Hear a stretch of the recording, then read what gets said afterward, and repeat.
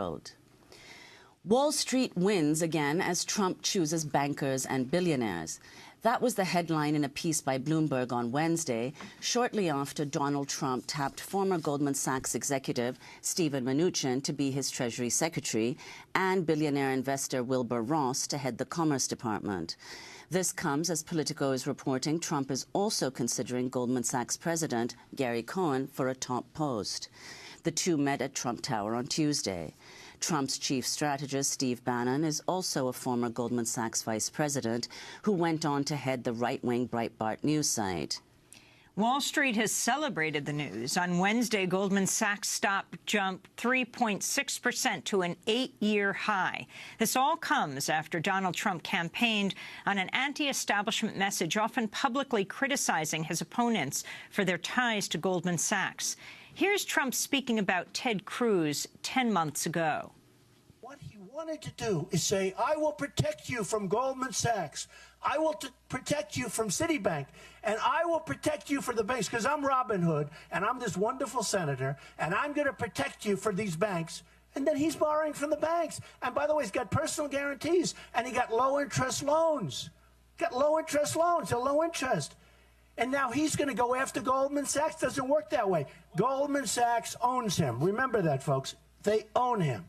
On Wednesday, Democratic Senator Sherrod Brown of Ohio, the ranking member of the Senate Banking Committee, criticized Donald Trump for picking former Goldman Sachs executive Steven Mnuchin to be Treasury Secretary.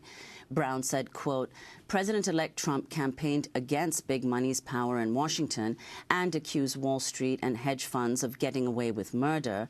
But now he's picked a hedge fund manager whose Wall Street ties couldn't run deeper to lead the Treasury Department, which is exactly what this election showed the American people don't want.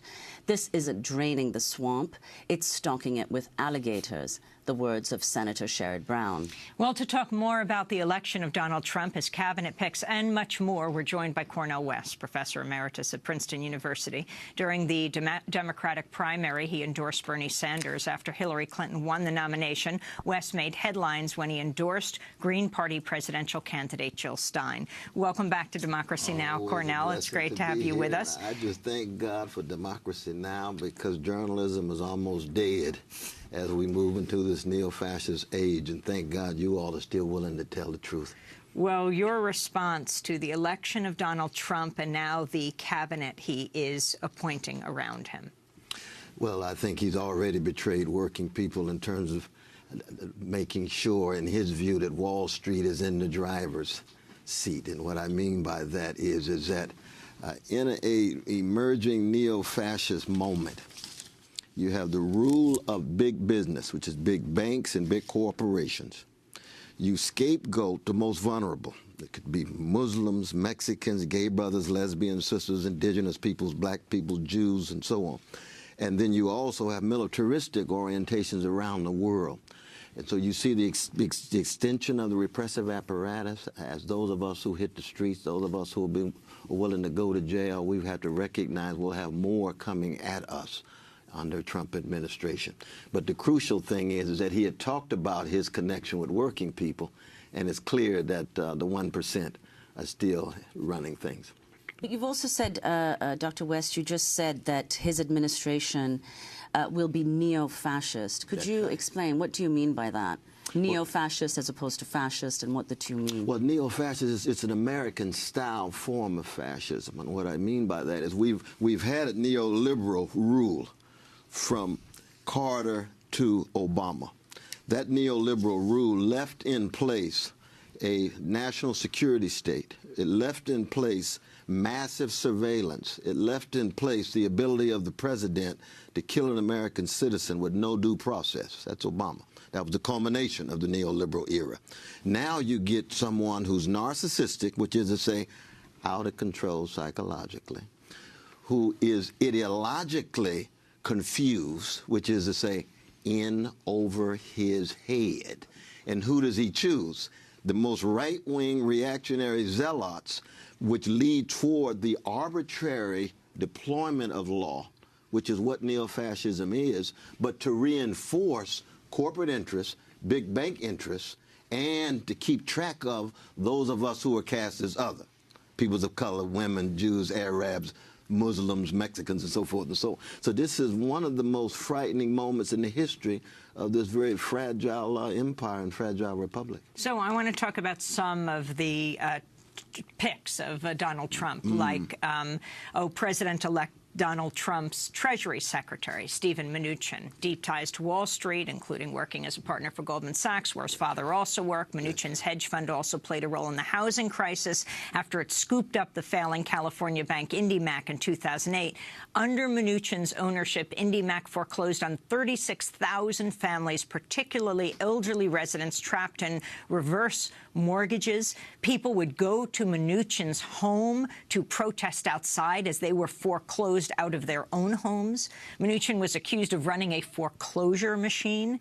The bank, which was renamed One West, was also accused of racially discriminatory lending practices. In 2015, Mnuchin sold the bank for $3.4 billion, $1.8 billion more than he bought it for. This is what you call spiritual blackout. There's a level of callousness. There's a level of indifference toward poor and working people, preoccupation with greed, and most importantly, lack of accountability, doing anything they can do unless in the end they get caught by the law. And of course, oftentimes they've already disproportionately influenced those who apply the law, those who are supposed to be regulating them. And so this is another instance of Wall Street run amok. I mean, I and some of us were very critical, Adolph Reeds and others, very critical of Geithner, Summers, the Rubin crowd, straight out of Wall Street when Brother Barack Obama moved into the White House. Summers, who you know well because he was president of Harvard when you were a professor there, Absolutely. and got in a bit of an altercation with him. Bless his soul. But so that you can see under the neoliberal rule, Wall Street's still in the driver's seat. We were hoping with Brother Bernie Sanders that we could bring the neoliberal era to a close. And by neoliberal, what I mean is when you see a social problem, you financialize, you privatize, and militarize. You get mass incarceration on the one hand, privatized schools. I know Sister Diane Rabbit's one of the great prophetic voices of our time in this regard. We'll talk about this later. And then you militarize, which is to say, drop bombs on 7 Muslim countries and then wonder why Muslims are upset. So, or you drop bombs on innocent children with U.S. drones and then wonder why the gangsters, the fascists coming out of the Muslim world are organizing. And of course, we got to be anti-fascist across the board. But this is going to be the most trying of times in our lifetime. There's no doubt about it. And at 63 years old, I am thoroughly fortified for this fight. I'll tell you that.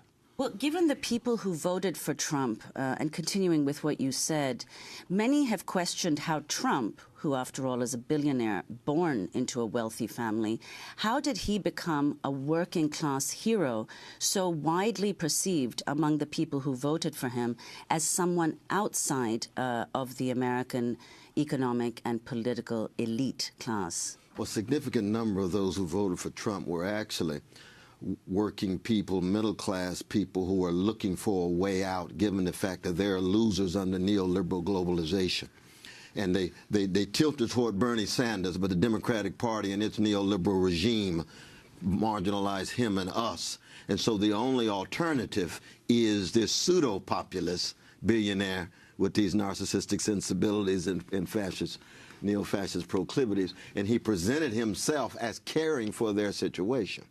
And so that economic insecurity, that economic neglect is very real. There's no doubt about that. And it's disproportionately white brothers and sisters, but they are suffering, and it was a cry of the heart. Unfortunately, given the right-wing populist and authoritarian orientation of Trump, he uses that kind of anguish to scapegoat Mexicans, Muslims, and others, rather than confront the most powerful. 21% of those who voted for Trump do not like him, but they feel as if they had no alternative. And we have to keep in mind 42% of our fellow citizens didn't go to the polls at all. They've already given up on the system, you see. And so the system itself now is in such a chronic crisis. And we had said before the election that Trump would be a neo-fascist catastrophe. And it's very clear from his picks that he's moving in that direction.